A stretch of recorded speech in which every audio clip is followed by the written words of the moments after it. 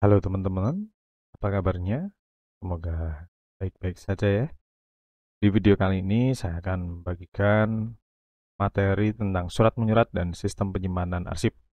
Sekiranya lewat video ini bisa membantu teman-teman, teman-teman bisa berdonasi lewat Super Thanks sehingga channel ini dapat berkembang terus dan membuat kami tetap bersemangat untuk membuat video-video selanjutnya.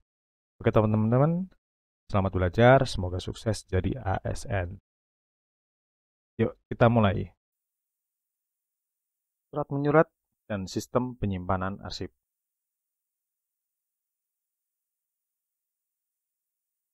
Pengertian surat. Surat adalah komunikasi tertulis yang berasal dari satu pihak dan ditujukan kepada pihak lain untuk menyampaikan warta atau pesan dengan menggunakan kata-kata yang bersifat umum dan jelas. Dapat dimengerti maksud dan tujuannya serta tepat sasaran. Secara umum, surat adalah suatu sarana untuk menyampaikan informasi atau pernyataan secara tertulis kepada pihak lain, baik atas nama pribadi ataupun karena kedinasan. Fungsi surat. Selain sebagai alat komunikasi, surat berfungsi sebagai 1. Alat bukti tertulis. Adanya hitam di atas putih berguna untuk dijadikan bukti apabila terjadi perselisihan atau salah penafsiran antar kantor atau pejabat yang mengadakan hubungan korespondensi. 2. Alat pengingat. Berguna untuk mengetahui hal-hal yang terlupa atau telah lama. 3. Bukti historis. Berguna sebagai bahan riset mengenai keadaan atau aktivitas suatu organisasi pada masa-masa yang lalu. 4. Duta organisasi. Surat dapat mencerminkan keadaan mentalitas, jiwa, dan kondisi intern dari suatu organisasi atau kantor yang bersangkutan. 5. Pedoman. Surat juga merupakan pedoman dalam pelaksanaan pekerjaan. Menurut Bratawijaya, pada tahun 1992, surat menyurat atau korespondensi dapat dibagi menjadi dua, yaitu korespondensi eksternal, yaitu surat menyurat yang ditujukan untuk instansi di luar instansi. Kemudian yang kedua, korespondensi internal, yaitu surat menyurat yang dipergunakan dalam lingkungan sendiri, termasuk antar kantor pusat dengan cabang-cabangnya, atau kantor daerah. Tujuan surat. Surat mempunyai tiga macam tujuan, yaitu 1. Menyampaikan informasi. 2. Mendapatkan tanggapan dari pembaca surat. 3. Menyampaikan informasi sekaligus meminta tanggapan pembaca. Pengelompokan surat. Yang pertama, menurut wujud surat. 1. Surat bersampul adalah surat tertutup yang dikirimkan oleh seseorang kepada orang lain yang terdiri atas kertas surat dan sampul atau amplop dengan berbagai ukuran. Surat bersampul dimaksudkan untuk menjaga kerahasiaan isi pesan dalam surat tersebut, sehingga tidak diketahui oleh orang yang tidak berhak menerimanya. 2. Kartu pos. Kartu pos adalah bentuk surat terbuka yang digunakan untuk menyampaikan pesan-pesan singkat atau pendek dan praktis. Berbentuk kecil dengan ukuran 10 x 15 cm yang dikeluarkan oleh PT Pos Indonesia. Oleh karena kartu pos berukuran kecil, maka penyampaian pesan-pesan pada kartu pos tersebut diusahakan yang penting-penting saja. 3. Warkat pos. Warkat pos adalah surat yang wujudnya berupa gabungan kertas surat dan amplop. Amplop tersebut sekaligus berfungsi sebagai lembaran isi surat. Hal inilah yang membedakan warkat pos dengan surat bersampul. 4. Telegram dan telex. Telegram disebut juga sebagai surat kawat. Istilah telegram berasal dari kata tele yang berarti jauh dan gram atau graf yang berarti tanda yang tercetak. Jadi, telegram adalah berita yang tercetak dan disampaikan dari jarak jauh. Ciri berita telegram adalah singkat. Biaya pengirimannya dihitung menurut banyak sedikitnya kata yang dikirimkan. Telex atau Telegrapher Exchange berarti pertukaran berita yang tercetak dari jarak jauh.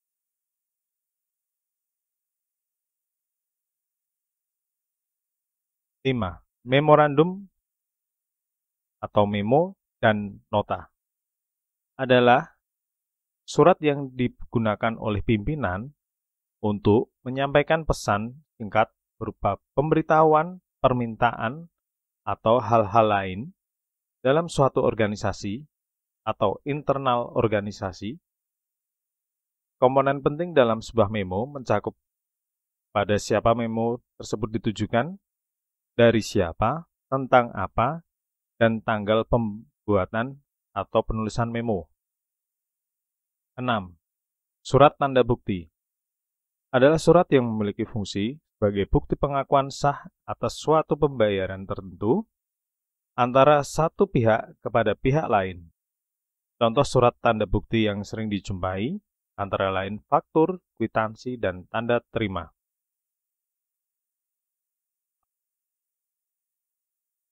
Pengelompokan surat menurut pemakainya. 1. Surat pribadi. Surat pribadi atau personal letter adalah surat yang dibuat oleh seseorang yang isinya menyangkut kepentingan atau hal-hal yang sifatnya personal atau pribadi. 2. Surat dinas. Surat dinas atau surat resmi atau formal letter adalah surat yang isinya berkaitan dengan kepentingan tugas dan kegiatan dinas instansi pemerintah. Surat dinas juga merupakan salah satu alat komunikasi yang sangat penting dalam kaitannya dengan pengelolaan administrasi, seperti penyampaian berita tertulis yang berisi pemberitahuan, penjelasan, permintaan, pernyataan, pendapat, dari suatu instansi kepada instansi lainnya, dan dari instansi kepada seseorang atau sebaliknya. Contohnya, surat tugas, surat memo, surat kuasa. Surat bisnis. Surat bisnis atau business letter atau surat niaga adalah surat yang digunakan oleh seseorang atau badan yang menyelenggarakan kegiatan bisnis seperti bidang usaha produksi, seperti perusahaan percetakan, perusahaan farmasi, perusahaan mebel, perusahaan tekstil, perdagangan, seperti perusahaan material bangunan, perusahaan retail atau bisnis eceran, dan lain sebagainya.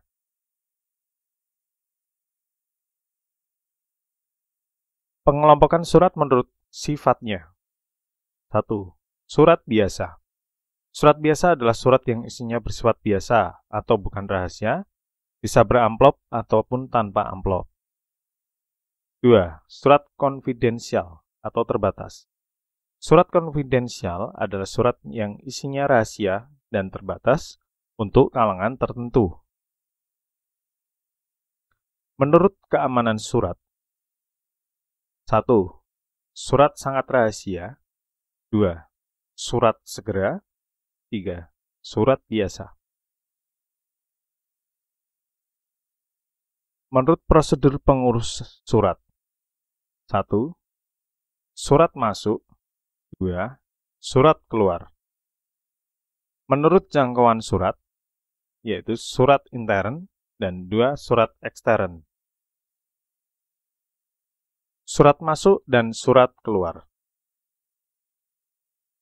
Surat masuk adalah semua jenis surat yang diterima dari instansi lain, dari perorangan, baik yang diterima melalui pos, maupun yang diterima melalui kurir atau pengirim surat. Surat keluar adalah surat yang dibuat dan didistribusikan oleh bagian tata usaha dan kearsipan suatu instansi. Prosedur pengelolaan surat masuk dan surat keluar adalah pekerjaan surat menyurat yang harus dilakukan secara tertata dan berurutan dengan kegiatan yang utama, yaitu mengelola, mengatur, dan mengurus surat, agar dapat memperlancar administrasi instansi tersebut.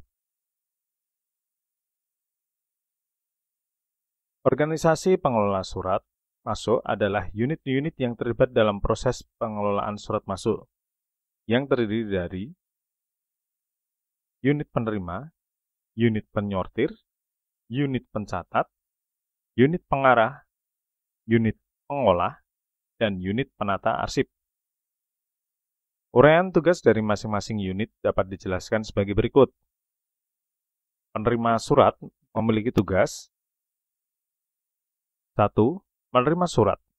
Surat dapat diterima melalui kurir dengan menggunakan buku ekspedisi atau lembar pengantar. 2. Memeriksa jumlah dan alamat surat. 3. Memberi paraf dan nama tenang pada buku ekspedisi atau pada lembar pengantar surat. 4. Mengantarkan surat kepada unit penyortir. Penyortir surat bertugas 1. Menerima surat yang diserahkan oleh unit penerima. 2. Mengelompokkan surat ke dalam kelompok surat dinas dan surat pribadi. 3. Menyortir surat berdasarkan klasifikasi surat. 4. Membuka surat. 5. Meneliti surat berikut lampirannya. 6. Membubuhkan tanda tangan penerimaan pada setiap surat.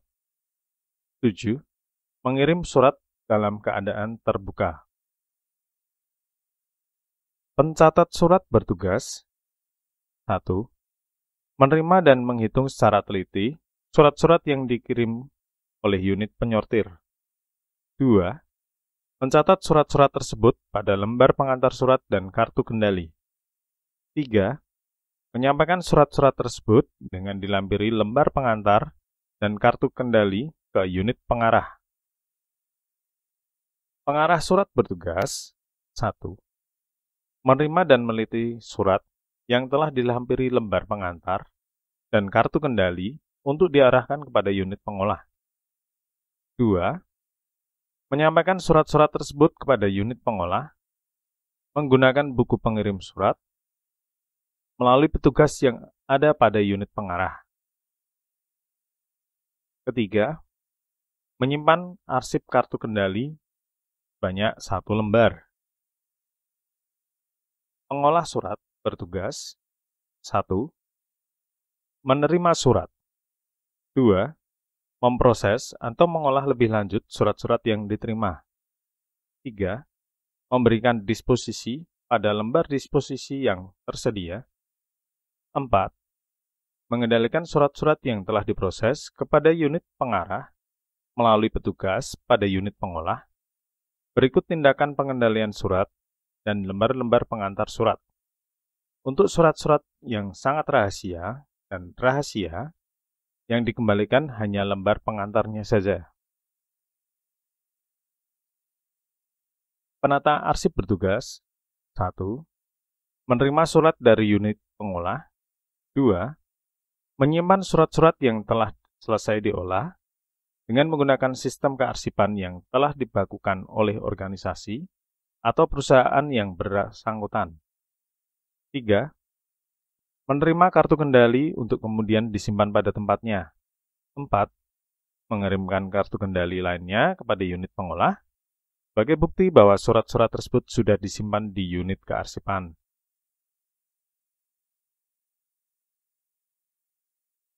Ada 3 prosedur yang umum dipergunakan dalam pencatatan dan pendistribusian surat untuk mengawasi lalu lintas surat masuk dan surat keluar pada setiap kantor, yaitu 1. Prosedur buku agenda. A. Buku agenda. Berisi kolom-kolom keterangan dari surat yang dicatat yang susunannya kronologis. Format buku agenda yaitu nomor, tanggal, nomor surat, perihal, pengirim, dan kelompok. B. Buku ekspedisi. Dipergunakan sebagai tanda bukti penerimaan, pengiriman, atau pendistribusian surat atau barang. 2. Prosedur kartu kendali, yaitu prosedur pencatatan dan pengendalian surat sehingga surat dapat dikontrol sejak masuk sampai disimpan. 3.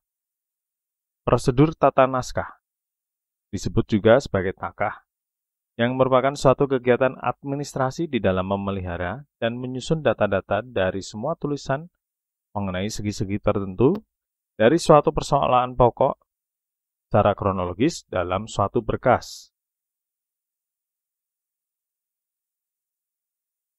Prosedur pengelolaan surat masuk. Pertama, surat masuk termasuk surat penting diterima oleh unit penerima. Kedua, unit penerima meneruskan kepada unit penyortir. Ketiga, unit penyortir membuka surat dan meneruskan kepada unit pencatat surat, lampiran, dan sampul surat. 4. Unit pencatat menyiapkan kartu kendali rangkap 3 dan mengisi kolom-kolomnya berdasarkan data-data yang ada pada surat tersebut.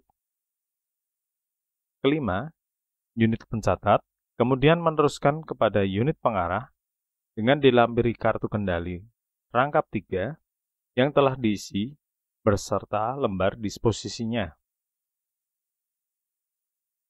Kemudian, unit pengarah meneruskan surat tersebut kepada unit pengolah berikut kartu kendali dengan memperhatikan A. Lembar pertama kartu kendali ditinggal pada unit pengarah. B. Lembar kedua dan ketiga kartu kendali berikut surat dan lampirannya diteruskan kepada unit pengolah. Berikutnya, unit pengolah menerima dan memproses lebih lanjut surat penting tersebut dengan memperhatikan A. Lembar ketiga kartu kendali tetap tinggal di unit pengolah surat. B. Lembar kedua kartu kendali dikembalikan kepada unit pengarah untuk kemudian diteruskan kepada unit penata arsip. Proses pengelolaan surat keluar. Pertama, semua konsep surat keluar dibuat oleh satuan kerja pengolah. Kedua, konsep surat diketik menjadi surat dinas oleh satuan kerja pengolah. Setelah selesai diketik, kemudian diserahkan kepada satuan kerja tata usaha atau sekretariat untuk dicatat dan diproses lebih lanjut. 3. Surat kemudian dicatat identitasnya oleh satuan kerja tata usaha atau sekretariat dan diteruskan kepada pejabat atau pimpinan yang bersangkutan untuk ditandatangani. 4. Setelah surat ditandatangani, surat dinas tersebut dikembalikan kepada satuan kerja tata usaha atau sekretariat, selanjutnya dilampiri dengan kartu kendali, khususnya untuk surat yang penting, atau lembar pengantar untuk surat rahasia dan surat biasa, yang telah diisi secara lengkap kolom-kolomnya. Surat dinas yang telah ditandatangani, diberi nomor, diberi cap dinas, lembar asli berikutnya, berikut lampirannya bila ada, dan tembusan surat dikirimkan ke alamat tujuan sesuai dengan derajat surat dinas, penting, rahasia, atau biasa. Kartu kendali lembar pertama disimpan di tempat satuan kerja tata usaha atau sekretariat yang bertindak sebagai pengarah surat. Sementara itu, lembar kerja kedua dan lembar kerja ketiga dikirim kepada satuan kerja pengolah bersama tembusan arsip. Oleh satuan kerja pengolah, kartu kendali lembar kedua dan ketiga ditandatangani sebagai bukti bahwa konsep surat dinas telah selesai diproses dan telah dikirim oleh satuan kerja tata usaha atau sekretariat. Selanjutnya, Kartu kendali lembar kedua dikirim kembali oleh satuan kerja pengolah kepada penata arsip pada satuan kerja tata usaha atau sekretariat. Dan kartu kendali lembar ketiga sama konsep surat serta arsipnya disimpan di satuan kerja pengolah bagian arsip. Kartu kendali adalah lembar isian untuk pencatatan, penyampaian, penemuan kembali, dan sekaligus sebagai alat penyerahan arsip ke arsip nasional. Kartu kendali surat keluar terdiri dari 3 rangkap dan masing-masing warna, yaitu putih, kuning, dan merah. Kartu kendali warna putih digunakan untuk pengendali atau sebagai alat kontrol. Kartu kendali warna kuning sebagai pengganti arsip selama naskah dinas bersangkutan masih berada di file unit pengolah. Kartu kendali warna merah untuk tata usaha pengolah. Nah, berikut adalah contoh kartu kendali dan kartu disposisi.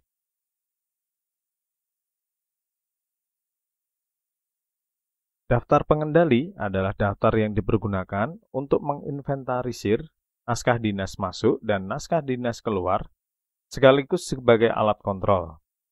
Nomor urut adalah nomor urut naskah dinas yang dimulai dari angka 1 dan seterusnya, sebagai sarana inventarisasi jumlah naskah dinas.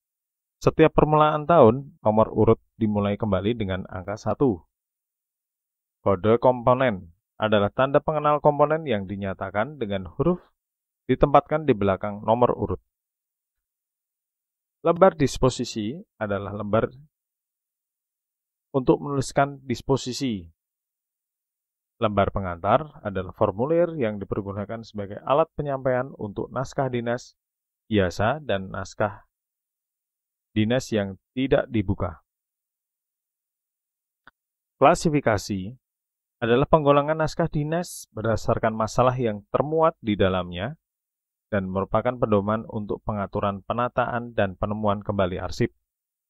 Indeks adalah ciri atau tanda dari naskah dinas berupa kata tangkap yang akan dijadikan petunjuk dan tanda pengenal untuk memudahkan penemuan kembali arsip. Kode adalah tanda pengganti masalah seperti yang tercantum dalam pola klasifikasi. File adalah berkas yang merupakan suatu kesatuan arsip yang mengandung masalah tertentu dan disusun berdasarkan pola klasifikasi.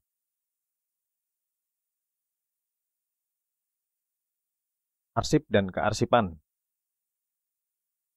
Menurut Guy, tahun 1992, arsip adalah suatu kumpulan warkat yang disimpan secara sistematis karena mempunyai suatu kegunaan agar setiap kali diperlukan dapat secara cepat ditemukan kembali.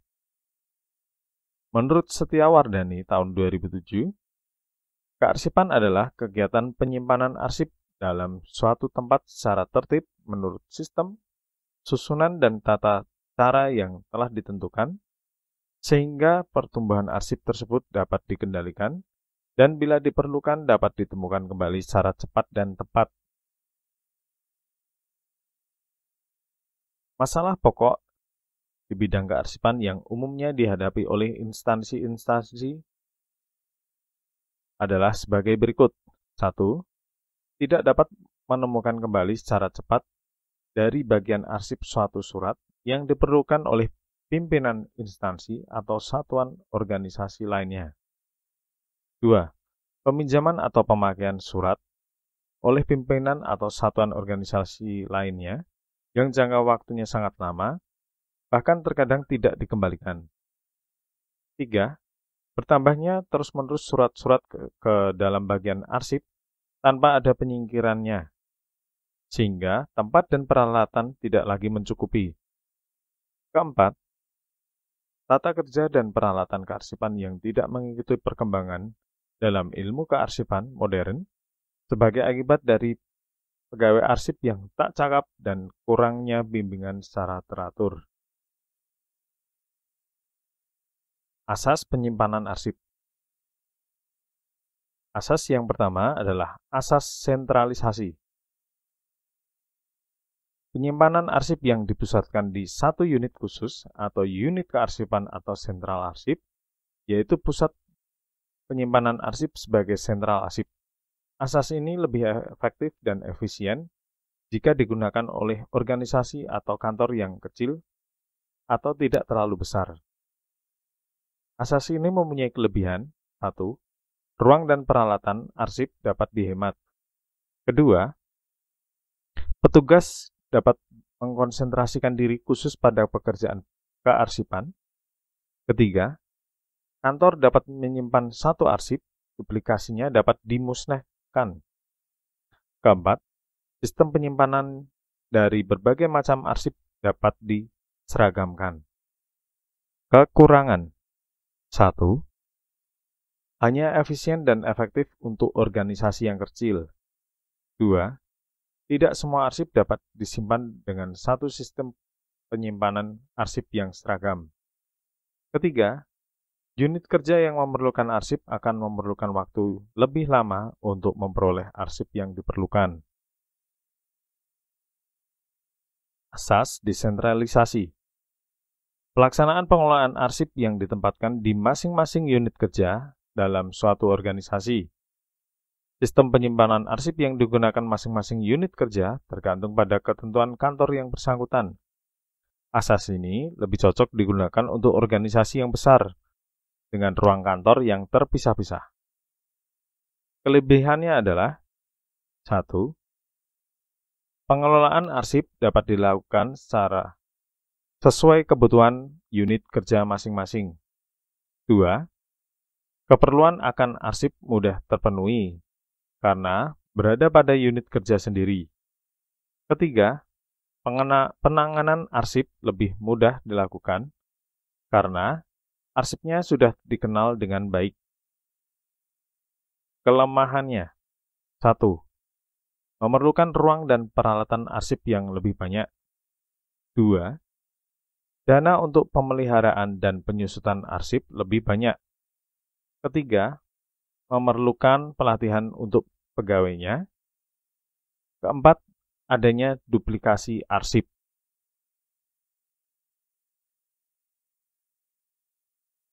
Asas kombinasi sentralisasi dan desentralisasi. Penyimpanan arsip dilakukan di unit kearsipan dan juga unit kerja masing-masing.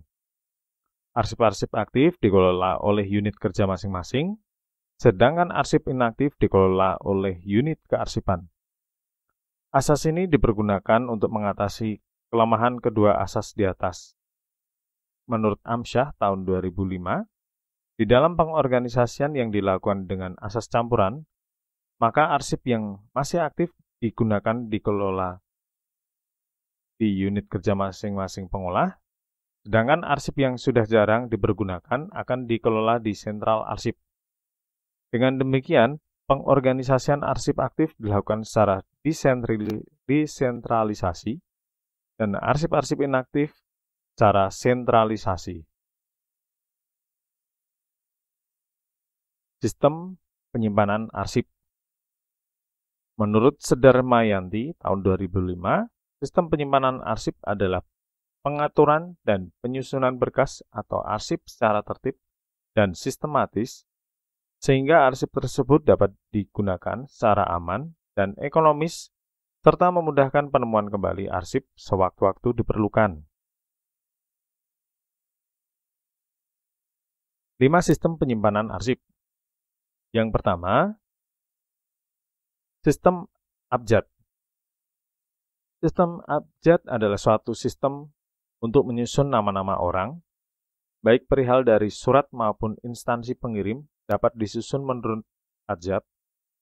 Abjad, yaitu menyusun subjek itu dalam urutan A sampai Z. Untuk dapat menyusun itu, maka nama-nama atau kata-kata dibagi menjadi 4 golongan, yaitu nama perorangan, nama perusahaan, nama instansi pemerintahan, dan nama organisasi sosial atau perhimpunan-perhimpunan. Untuk dapat menyusun nama-nama ini, maka diperlukan sekali adanya peraturan-peraturan filing. Yang merupakan standar peraturan ini dapat ditentukan oleh organisasi. Sehingga, semua orang organisasi harus mengikuti prosedur yang ditentukan. Standar tentang peraturan-peraturan dimaksud telah ada sehingga setiap organisasi tidak perlu bersusah payah menentukan lagi peraturan-peraturan yang diperlukan. Keuntungan dari sistem abjad adalah 1. Dokumen yang berasal dari satu nama yang sama akan berkelompok menjadi satu. Kedua, surat masuk dan pertanggal dari surat keluar disimpan bersebelahan dalam satu map.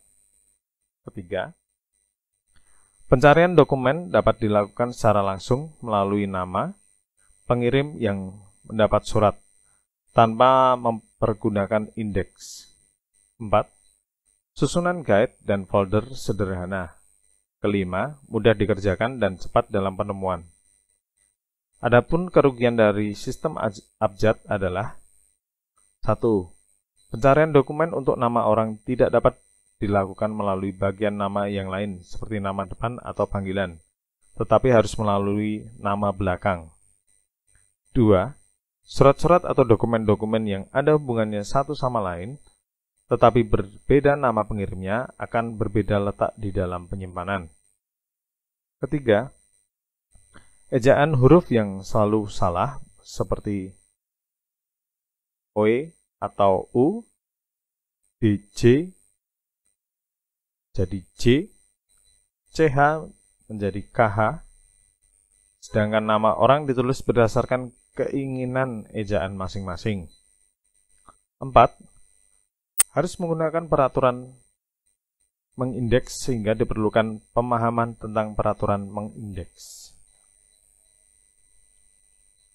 Berikut adalah contoh menggunakan sistem abjad.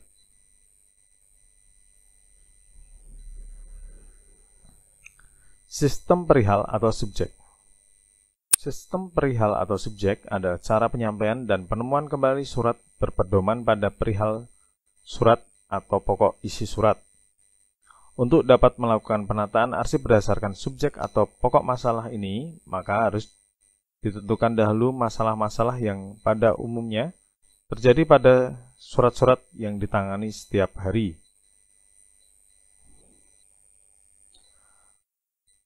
Keuntungan dalam penggunaan penyimpanan arsip dengan sistem perihal atau subjek adalah 1.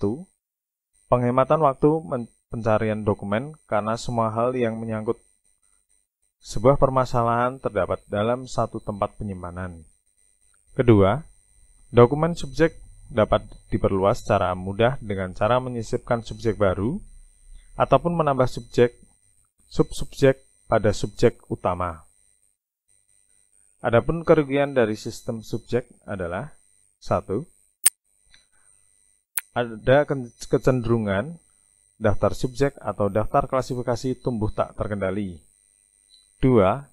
Penyimpanan berdasarkan subjek tidak akan efektif apabila istilah yang digunakan tidak dibatasi. 3. Pengembangan atau perluasan daftar klasifikasi memerlukan bantuan analis arsip yang berpengalaman. Keempat, diperlukan petunjuk silang yang memadai untuk menyatukan berbagai subjek dan informasi yang terkait. Kelima, sering terjadi penggunaan nama seseorang untuk daftar subjek sehingga dapat memperlambat penemuan arsip. Hal yang perlu dipersiapkan untuk sistem subjek adalah 1. Daftar indeks. 2. Perlengkapan menyimpan surat. 3. Pemberian kode surat. 4. Penyimpanan surat atau dokumen dengan membaca surat untuk mengetahui memberi kode surat. Kelima, mencatat surat dalam kartu kendali. Menyimpan kartu kendali.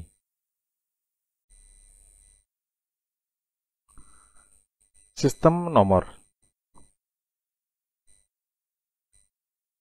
Sistem nomor adalah sistem penyimpanan dokumen yang berdasarkan kode nomor sebagai pengganti dari nama orang atau nama badan.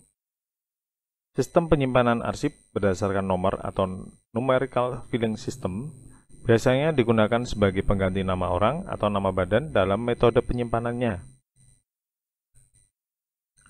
Sistem penyimpanan arsip ini biasanya dilakukan oleh arsiparis yang melakukan indexing atau klasifikasi berdasarkan nomor.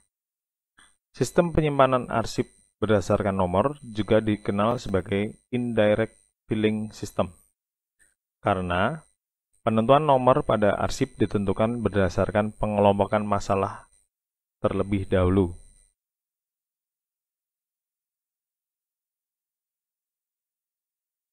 Ada 4 macam sistem nomor yang digunakan dalam penyimpanan arsip. Yang pertama, filing system nomor DW, juga disebut sebagai sistem desimal, yang harus dilakukan meliputi hal-hal berikut ini. A. Merancang daftar klasifikasi nomor yang memuat berbagai persoalan kegiatan yang terdapat di dalam kantor atau perusahaan yang kemudian diberi nomor kode. B. Menyiapkan dan menyusun perlengkapan. C. Penyimpanan surat. Contoh dari sistem menurut DW adalah 000 kesejahteraan, 100 keuangan, 200 pembangunan, 300 pendidikan, 400 umum, 500 kepegawaian, 600 hubungan masyarakat, 700 logistik, 800 research, 900 produksi. Pembagian utama dibagi lagi ke dalam pembagian pembantu, contohnya 500 kepegawaian, 500 asuransi pegawai, 510 kenaikan pangkat. Pembagian pembantu dibagi lagi ke dalam pembagian kecil, contohnya 580 cuti, 580 cuti sakit, 588 cuti ujian dinas.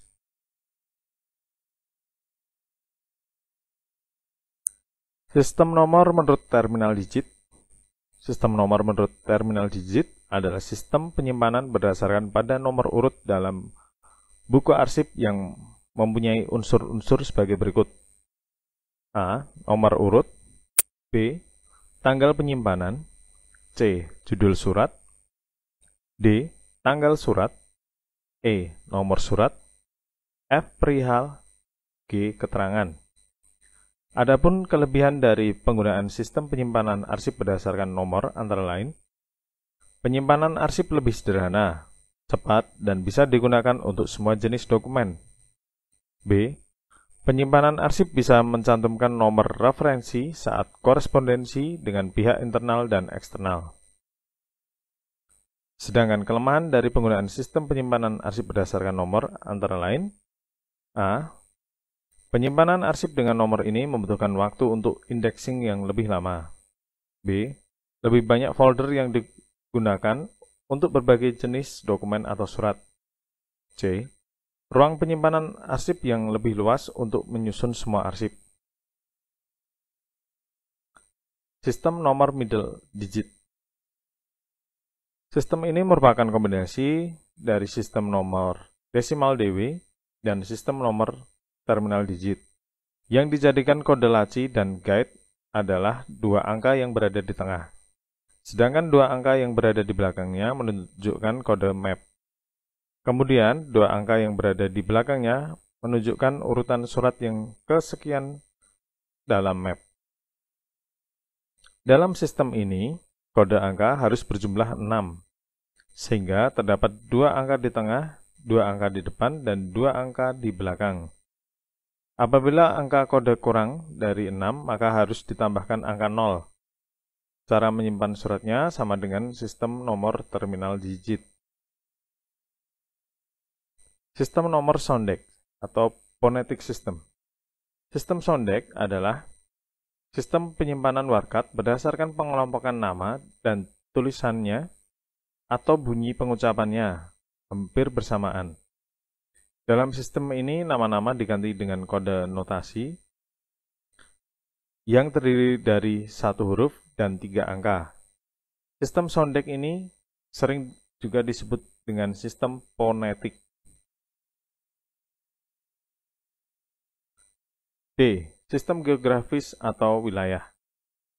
Sistem geografis atau wilayah adalah suatu sistem penyimpanan arsip berdasarkan pembagian wilayah atau daerah tertentu. Keuntungan dari penggunaan penyimpanan arsip sistem geografis ini adalah sebagai berikut. A. Mudah dan cepat dalam penemuan apabila nama tempat telah diketahui. B. Merupakan suatu tindakan penyimpanan secara langsung tanpa rujukan atau bantuan indeks. Adapun kerugian dari sistem ini adalah A. Kemungkinan terdapat kesalahan apabila tidak mempunyai pengetahuan yang cukup tentang pembagian wilayah. B. Diperlukan indeks yang tepat dan teliti. C. Apabila terjadi alamat ganda, diperlukan petunjuk silang. D.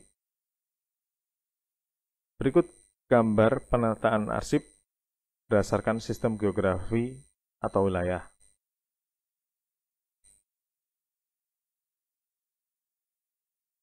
Sistem tanggal atau kronologis. Sistem tanggal adalah sistem penyimpanan arsip yang didasarkan pada urutan tanggal, dilihat dari tanggal surat yang diterima untuk surat masuk dan tanggal surat kirim untuk surat keluar.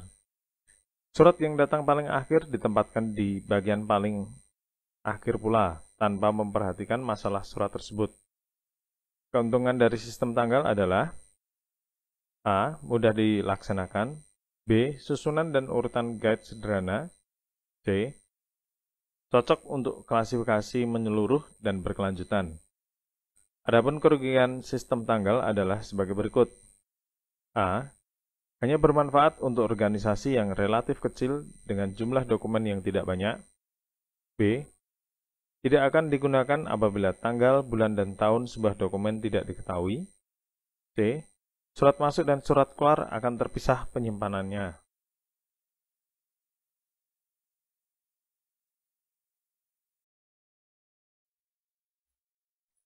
Prosedur penyimpanan arsip.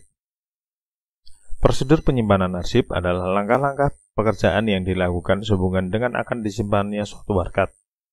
Ada 2 macam penyimpanan, yaitu penyimpanan warkat yang belum selesai diproses atau pending file, dan penyimpanan warkat yang sudah diproses atau permanent file.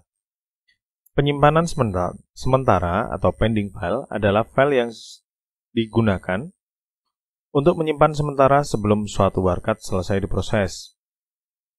File ini terdiri dari map-map yang diberi label, tanggal yang berlaku untuk 3 bulan. Arsip yang pending sampai waktu tertentu dapat dimasukkan ke dalam map yang dikehendaki. Setelah selesai diproses, warkat dapat disimpan pada file penyimpanan. File pending biasanya ditempatkan pada salah satu laci dari lemari arsip yang digunakan. File ini terdiri dari map-map yang diberi label tanggal yang berlaku untuk 3 bulan.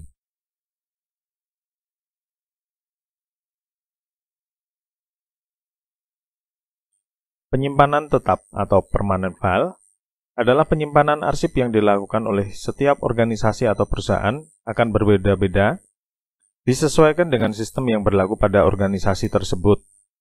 Penyimpanan tetap merupakan kelanjutan dari penyimpanan sementara arsip, di mana warkat yang telah selesai diproses disimpan dalam penyimpanan tetap tersebut. Terdapat beberapa langkah dalam penyimpanan arsip. A. Pemeriksaan atau inspecting. Langkah ini adalah langkah persiapan penyimpanan warkat dengan cara memeriksa setiap lembar warkat untuk memperoleh kepastian bahwa warkat-warkat bersangkutan memang sudah siap untuk disimpan. Apabila terdapat warkat yang belum ditandai dengan tanda tertentu yang menyatakan bahwa warkat siap untuk diarsipkan, maka perlu diminta kejelasannya terlebih dahulu. Apabila dokumen sudah dipastikan siap untuk disimpan, maka kita akan memberikan suatu tanda siap simpan atau release mark. Tanda atau simbol yang digunakan dapat berupa tulisan, file, arsip, tanda centang, dan lain-lain. Penentuan kata tangkap atau indexing, yaitu kegiatan menentukan kata tangkap atau biasa disebut mengindeks adalah pekerjaan menentukan pada nama apa atau subjek apa atau kata tangkap lainnya warkat akan disimpan. Penentuan kata tangkap ini tergantung kepada sistem penyimpanan yang digunakan. Apabila organisasi atau perusahaan menggunakan sistem nomor, maka kata tangkapnya adalah nomor yang dianggap penting. Sedangkan pada sistem abjad, kata tangkapnya adalah nama pengirim, baik nama badan atau nama individu yang tertera dalam warkat tersebut. Pemberian kode atau coding. Pemberian kode dilakukan secara sederhana, yaitu dengan memberikan tanda atau kode tertentu seperti garis atau lingkaran pada kata tangkap yang akan digunakan. Hal ini akan mempermudah dalam langkah penyortiran dan penyimpanan. Penyortiran atau sorting. Menyortir adalah mengelompokkan warkat-warkat untuk persiapan penyimpanan.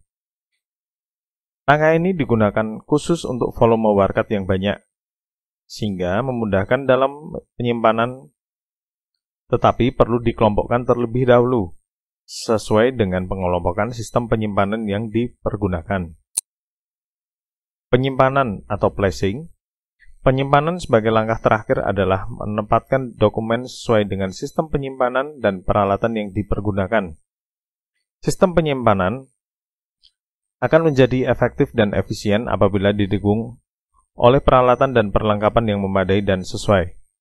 Hal ini dimaksudkan agar dokumen dapat tetap terpelihara, terawat, aman, mudah, dan cepat ditemukan kembali apabila diperlukan. Prosedur penemuan kembali arsip. Menurut Amsyah 2005, secara sederhana dapat diperkirakan bahwa apabila arsip dapat ditemukan dalam 1 menit, berarti kecepatan penemuan arsip sudah relatif bagus. Sedangkan langkah-langkah dalam penemuan kembali arsip menurut Mursanto tahun 2002 adalah sebagai berikut. A. Permintaan arsip. Bagian yang membutuhkan arsip meminta kepada bagian kearsipan dengan mengisi formulir peminjaman. Penemuan kata tangkap, menentukan kata tangkap dari arsip yang akan dicari. Kata tangkap berupa nama orang, badan, atau organisasi, pokok masalah, nama tempat, dan waktu. Penentuan kode penyimpanan. Kode penyimpanan dapat berupa huruf dan tanda-tanda lainnya yang mengandung suatu pengertian tertentu. Pencarian tempat penyimpanan arsip. Setelah kode arsip diketahui, maka langkah terakhir adalah menuju tempat penyimpanan sesuai dengan kode penyimpanan tersebut untuk menemukan arsip yang dimaksud. Peralatan dan perlengkapan penunjang kearsipan. Pertama, letter tray atau baki surat adalah semacam baki yang terbuat dari plastik atau metal untuk menyimpan surat yang biasanya disimpan di atas meja. Kedua, safekeeping dokumen atau brankas adalah lemari besi dengan ukuran yang bermacam-macam dan dilengkapi dengan kunci pengaman, biasanya digunakan untuk menyimpan arsip penting atau rahasia. Rak buku atau lemari terbuka adalah rak seperti di perpustakaan untuk menyimpan buku-buku atau untuk menyimpan outener dan sejenisnya. Lemari arsip adalah lemari yang terbuat dari kayu atau metal yang berfungsi untuk menyimpan bermacam-macam bentuk arsip. Visible Record Cabinet adalah tempat penyimpanan arsip dengan menggunakan kantong-kantong kartu yang tersusun, disimpan, dan dijepit di dalam laci atau baki, kemudian tersusun dalam suatu kabinet. Compact Rolling Shelving atau Roll Opaque adalah lemari penyimpanan arsip yang disusun sejajar di atas rel dan dapat digerakkan dengan bantuan roda, sehingga dapat dirapatkan satu sama lain dengan ringan dan mudah. Rotary Filling System adalah sistem bertingkat yang dilengkapi dengan sistem kode, angka, abjad, dan warna, serta berpola, tingkatan bentuknya bundar dan dapat berputar serta dapat mendeteksi lebih awal bila terjadi kekeliruan. Compact Rotary Filling adalah sistem file bertingkat semacam rotary filling system, hanya berada atau dimasukkan dalam lemari. MobiPlan Filling System adalah alat untuk menyimpan gambar, kartu-kartu, map cetakan, dan lain-lain secara vertikal. MobiPlan mudah dipindahkan karena ringan dan dilengkapi dengan roda, sehingga dapat mempercepat dan mempermudah pelaksanaan tugas. Vertical Plan Filling System adalah lemari yang menyimpan gambar dengan sistem penyimpanan secara vertikal. Data Plan Tray Filling System adalah semacam baki yang terbuat dari plastik atau metal untuk menyimpan arsip secara horizontal, vertikal, ataupun kombinasi antara keduanya. Penggunaan alat ini mudah disesuaikan dengan ruangan yang tersedia. Memory Writer atau mesin tik elektronik adalah mesin tik yang menyediakan tempat untuk menyimpan data dengan kapasitas terbuka. Untuk menyimpan dan menemukan kembali data dilakukan dengan menekan kunci tertentu. Microfilm adalah suatu alat memproses fotografi di mana arsip direkam pada film dalam ukuran yang diperkecil. Untuk memudahkan kembali data dilakukan dengan menekan kunci. Rollafile Trolley adalah tempat untuk menyimpan map arsip yang dapat dengan mudah dipindahkan karena mempunyai roda di bawah. Filing Cabinet adalah lemari arsip yang terdiri dari laci-laci besar untuk menyimpan arsip vertikal. Pada umumnya, filing cabinet mempunyai 2 hingga 5 laci dengan ukuran setiap laci standar yaitu 26 cm, lebar 35 cm sampai 36 cm, dalam 65 cm. Kapasitas kurang lebih 5.000 lembar kertas HVS. Menurut Sedarmayanti tahun 2008, perlengkapan untuk menyimpan dan menemukan arsip antara lain, Opener adalah semacam map dari karton tebal, dapat menampung banyak arsip dan di dalamnya terdapat besi untuk mengkaitkan arsip yang telah dilubangi pinggirnya. Tab adalah bagian yang menonjol di sebelah atas guide atau map dengan ukuran lebih kurang lebar 1,15 cm, panjang 10 cm, berguna untuk mencantumkan pokok masalah, kode, dan tanda-tanda penunjuk file lainnya. Sekat atau guide adalah petunjuk dan pemisah antara kelompok masalah yang satu dengan kelompok masalah yang lain, sesuai dengan pengelompokan masalah pada klasifikasi arsip. Sekat memiliki fungsi sebagai berikut. A. Petunjuk dan pemisah urusan satu dengan yang lain. B. Memperlihatkan hubungan antara masalah, submasalah, dan sub-submasalah. C. Untuk membedakan tingkat urusan. D. Untuk memudahkan dalam penelusuran berkas-berkas. Hang map adalah sejenis map yang dilengkapi dengan tembaga pada bagian atasnya, guna menggantungkan di dalam laci filing cabinet dan berfungsi untuk meletakkan tab. Snell-Hector map adalah map untuk menyimpan berkas yang telah dilubangi terlebih dahulu sehingga berkas tersebut tidak dapat terlepas dari kaitan.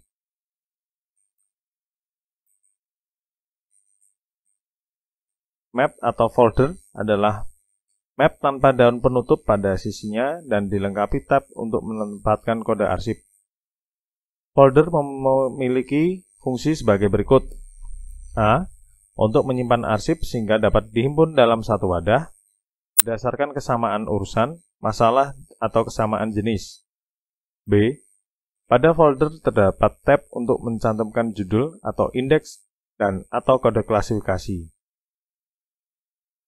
Tickler file adalah alat atau kotak kecil berukuran kurang lebih 10 x 15 cm yang digunakan untuk menyimpan kartu-kartu kendali yang cara penyusutan penyimpanan arsip berdasarkan sistem tanggal atau sistem lainnya.